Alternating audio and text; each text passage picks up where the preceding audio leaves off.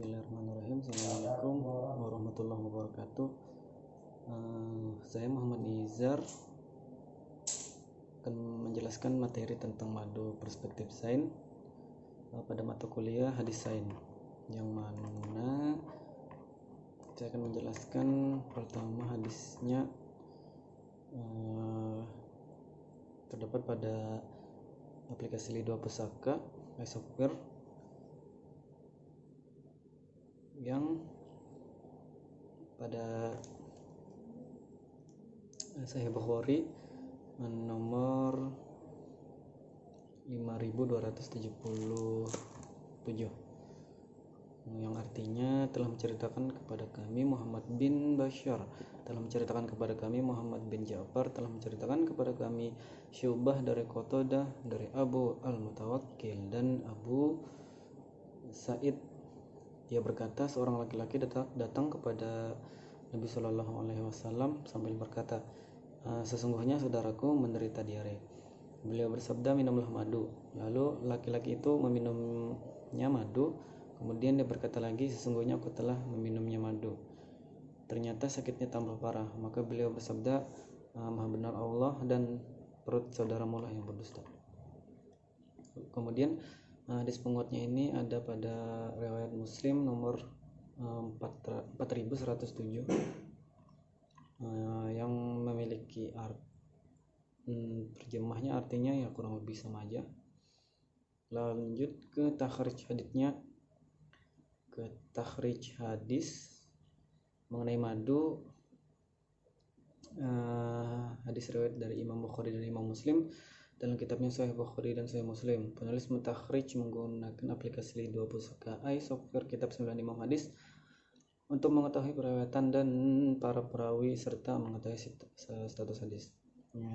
Yang pertama itu Bukhari nomor 5277. Yang pertama itu dari Sa'ad bin Malik bin Sinan bin Ubaid ke Ali bin Daud, lanjut ke Qatadah bin Da'amah bin Qatadah, lalu Syu'bah bin Al-Hajjaj bin Al-Warad, kemudian Muhammad bin Ja'far, lalu Muhammad bin Bashar bin Utsman. Lanjut ke hadis penguatnya itu Imam Muslim nomor 4107. Takhrijnya sama aja, cuma beda di ujungnya aja. Sa'ad bin Malik bin Sinan bin Ubaid, lanjut ke Ali bin Daud, lalu Qatadah bin Da'amah bin Qatadah, lalu Syu'bah bin Al-Hajjaj bin Al-Warad, lanjut ke Muhammad bin Ja'far dan Muhammad, ini beda, di terakhir Muhammad bin Al-Musanna bin Ubaid. Kemudian status hadisnya dapat dikatakan berstatus sahih berdasarkan penelusuran biografi perawi dikarenakan sanad bersambung dan tidak terputus. Jika dilihat dari usia wafatnya tidak beda jauh antar perawi. Lalu ke pengertian relevansi hadis tentang madu ini dalam perspektif sains, yaitu pengertian madu itu madu itu dari lebah yang merupakan serangga berbulu, serangga berkaki 4 dan hidup dari madu kembang atau nektar.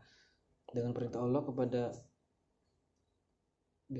Allah yang mengantarkan untuk memiliki naluri untuk mencari bunga, lalu lebah melakukan kegiatan yang bermanfaat dengan sangat mudah, bahkan bermanfaat untuk manusia. Manfaat itu antara lain adalah dalam perutnya berupa cairan atau sejumlah minuman yang sungguh lezat, yang itulah disebut madu. Kemudian kandungan madu itu yang pertama ada karbohidrat, berbagai macam vitamin, dari vitamin A, vitamin B, vitamin C, vitamin E, vitamin K, berbagai mineral seperti kalsium, tembaga, besi, fosfor, kalium, dan lain-lain. Lalu kemanfaat madu itu bisa sebagai obat luka, sebagai obat penyakit pernapasan, madu untuk mengatasi kemandulan, untuk mengobati kanker, mengobati kulit, untuk kesehatan mulut, persalinan, lalu untuk terapi penyakit jantung, untuk keracunan alkohol dan lainnya lah, untuk menjaga kesehatan hati juga bisa. Lalu menurut pandangan para ilmuwan tentang madu, penelitian tentang madu sudah lama dilakukan oleh para peneliti dari masa lalu hingga masa kini.